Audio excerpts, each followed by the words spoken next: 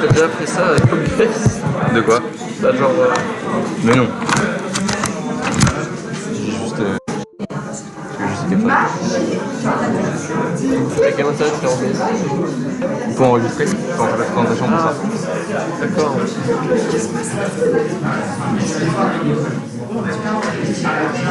Wow.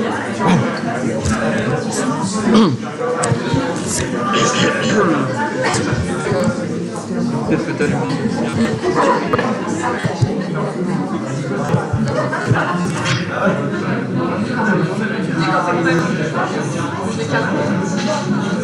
Voilà, c'est bon. C'est bon? C'est bon, vous êtes prêts à écouter? On l'attendait depuis très longtemps. Vraiment.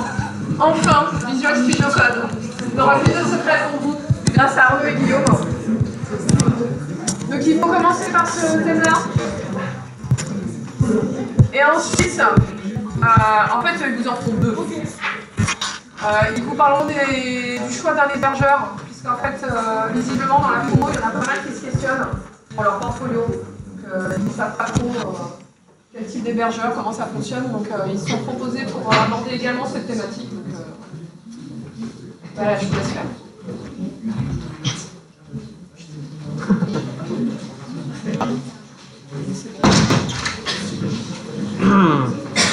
Donc, comme l'a dit Madame Charpentier, aujourd'hui on va vous présenter Visual Studio Code et les hébergements. Donc, tout d'abord, on va commencer par Visual Studio Code. Donc, je pense que pas mal d'entre vous savent déjà ce que c'est. Certains d'entre vous l'utilisent déjà. Mais Visual Studio Code, c'est le mélange parfait entre un éditeur de texte et un environnement de développement. C'est-à-dire qu'on va pouvoir, grâce à Visual Studio Code, utiliser pas mal d'extensions et de fonctionnalités qu'on aura sur un environnement de programmation. Mais tout ça en étant assez léger quand même comme un éditeur de texte. Donc tout d'abord on va vous présenter les extensions de Visual Studio Code. Donc il y a toute une partie extension et elles sont vraiment super. Et le truc qui est cool, c'est que Arnaud il vous a fait un petit pack, donc vous aurez juste à le télécharger, il le mettra sur Facebook je pense. Et le pack il regroupe une dizaine d'extensions, je sais pas exactement. Une vingtaine d'extensions. Donc qui vous aidera donc, pour le HTML, CSS, pour le PHP et aussi pour le JavaScript. Donc Arnaud, est-ce que tu peux leur montrer comment on installe ton pack? Alors comment installer un pack d'extensions sur Visual Studio Code? Il faut aller dans les extensions. Il faut aller dans les trois petits points. Il faut aller dans... faut prendre la petite entrée installée depuis un VSIX. Après, il faut juste aller chercher le fichier en question. Donc je vous le donnerai sur Facebook. Ça. Il faut juste ouvrir le fichier. Et là, ça va installer un paquet d'extensions, mais directement. Donc là, on voit que ça charge. Donc ça va faire un petit moment. Voilà, donc là, juste en quelques clics, on a... En quelques clics, on a toutes les extensions nécessaires que Arnaud vous a mis. Après, ça vous empêche pas d'en installer d'autres. Mais après, il y en a quelques-unes qui peuvent se brouiller un petit peu. Mais du coup, après, on va vous présenter les fonctions essentielles qu'il a installées. Mais tout d'abord, on va parler de la palette de commandes. Donc, Visual Studio Code dispose d'une palette de commandes qui vous permet justement de taper des commandes et retrouver un peu toutes les fonctions qu'on va utiliser dans le code.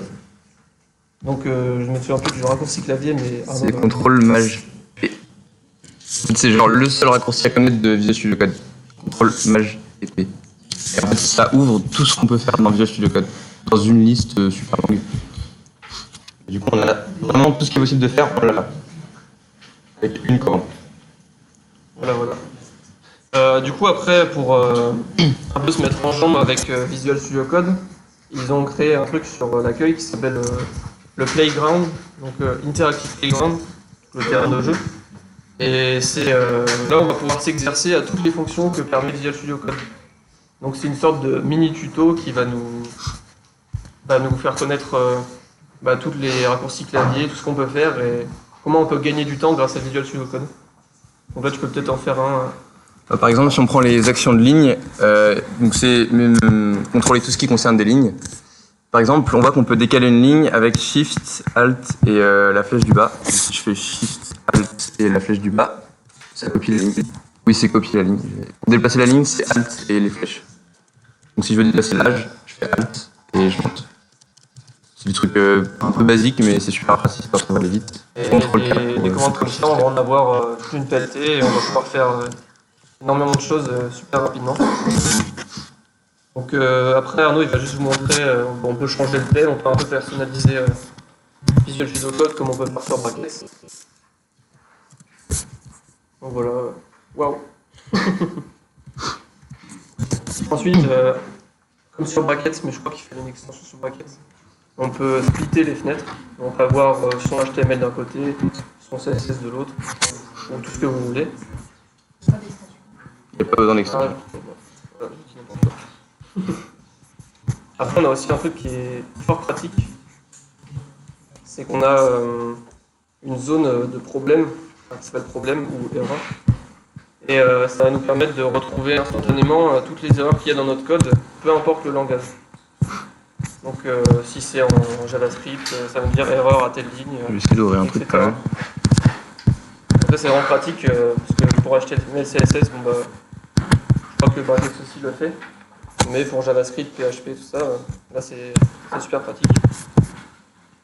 Ensuite,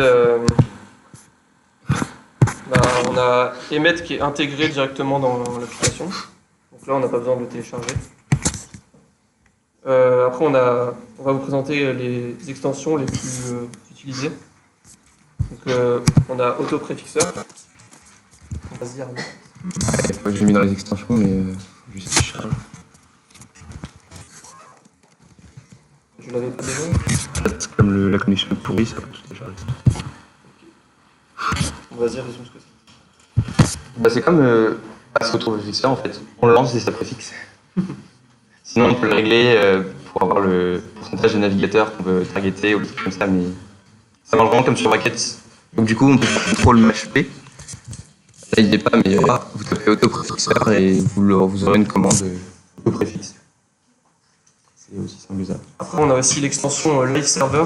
Donc, sur Bracket, c'est intégré, mais c'est le fait quand on a son code, on clique sur le petit icône et on a la fenêtre qui s'ouvre et qui se réactualise en temps réel. Mais souvent sur Bracket, au bout d'un certain temps, ça va se mettre à... Soit il faudra faire des F5, du coup on perd un peu l'intérêt, soit ça va se mettre à bugger. Parce que là, on a l'extension Live Server du coup, qui fonctionne super bien et qui va ouvrir une fenêtre en local et va s'actualiser dès qu'on fait un CTRL-S. Et après, on a une autre extension qui est super intéressante, qui s'appelle Live Share. Et ça, c'est une extension qui, à la manière de Google Doc, vous permet de partager votre code et de l'éditer à plusieurs en même temps dessus. Et ça, c'est super intéressant. Genre, on peut se mettre à 2 à 3 sur le code et faire la page tous en même temps. Donc voilà. Live Share, t'as dit ? Live Share. Donc, tout est en train de charger. Et bien sûr, ces extensions, Arnaud, il les a mis dans son pack. Oui, mais vous allez le mettre sur Facebook. Oui, c'est vrai. On peut vous partager. Allez. Et enfin, on a le terminal intégré à l'application. Qui est caché en bas, en fait, il faut juste le développer. Et il s'ouvre. Honnêtement, c'est un terminal PowerShell normal. C'est un peu comme CMD, mais en plus pratique. Et ça marche un peu avec des raccourcis Linux. Par exemple, si on veut lister les fichiers, il faut pas faire dir, il faut faire ls. Si on veut changer de dossier, on fait un CD, comme sur Windows. Donc on a un peu les raccourcis Linux et Windows qui fonctionnent dans la commande, donc ça c'est assez cool parce que des fois on est un peu en mode... on a l'habitude en réseau de lancer la machine virtuelle et d'aller sur Linux. Et du coup on se souvient plus forcément parce que les commandes elles changent entre Linux et Windows. Et là c'est intégré, du coup on peut faire l'une ou l'autre et ça fonctionne. Et le Go Live, le fameux Live Server, en fait il est là, il y a juste à cliquer là et ça va s'ouvrir automatiquement. Donc ça marche le serveur en local et on peut accéder à la HTML. Et dès qu'on l'a modifié, elle se modifie aussi. Donc pour revenir à Live Share, pardon. C'est super pratique quand on est en même temps sur la même partie de code, une partie HTML. Ça peut être très bloquant si on le fait avec Git, si on est sur le même fichier. Mais du coup, on peut faire des systèmes de collaboration. Donc, il faut d'abord créer une session de collaboration.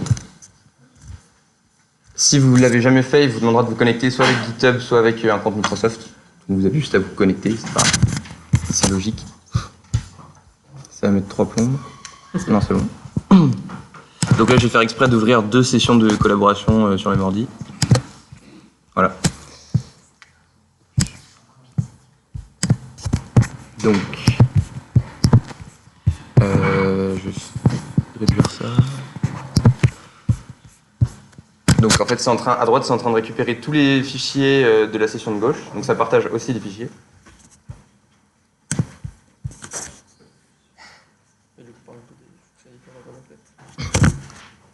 Donc ce qu'on veut faire avec LiveShare, on peut être à un... Il donne pas de nombre maximal, mais on peut être au moins à une vingtaine en même temps sur le même fichier.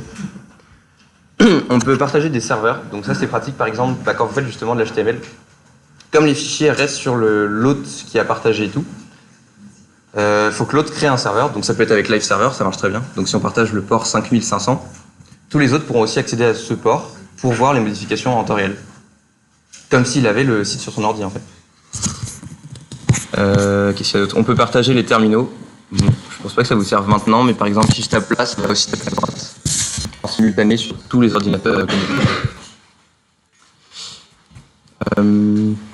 Je vais dire ça. Donc on voit que si on modifie un truc à gauche, il se modifie à droite. C'est comme Google Docs en fait. On voit les curseurs aussi. Il y a le nom de la personne qui est en train d'éditer. C'est super complet. Là on voit qu'il y a une petite épingle et en fait ça permet de suivre les participants. Donc s'ils scrollent, ça suit. Et bon, ça fait pas sur le scrolling horizontal, mais sur le vertical ça marche. Et par exemple, si quelqu'un vous dit attendez tout le monde, regardez ce que je fais, je vous montre ça, il a juste à cliquer et ça va faire tout le monde suivre l'endroit où il est. Vous pouvez cliquer là pour forcer tout le monde à être focus sur vous. Donc si par exemple, là j'étais pas focus, je peux cliquer là et ça focus automatiquement tout le monde. Donc c'est super pratique quand on est à plusieurs sur le même fichier, notamment une page HTML ou un fichier CSS, enfin tout ce qui est en petit bout de fichier. Et c'est l'essentiel de LiveShare, je crois. Ouais, c'est ça, on peut faire un serveur, on peut faire un terminal partagé. On peut juste envoyer un lien à d'autres personnes pour qu'ils puissent rejoindre la session. Mais c'est tout. Enfin, c'est déjà pas mal. LiveShare. Share comme partager.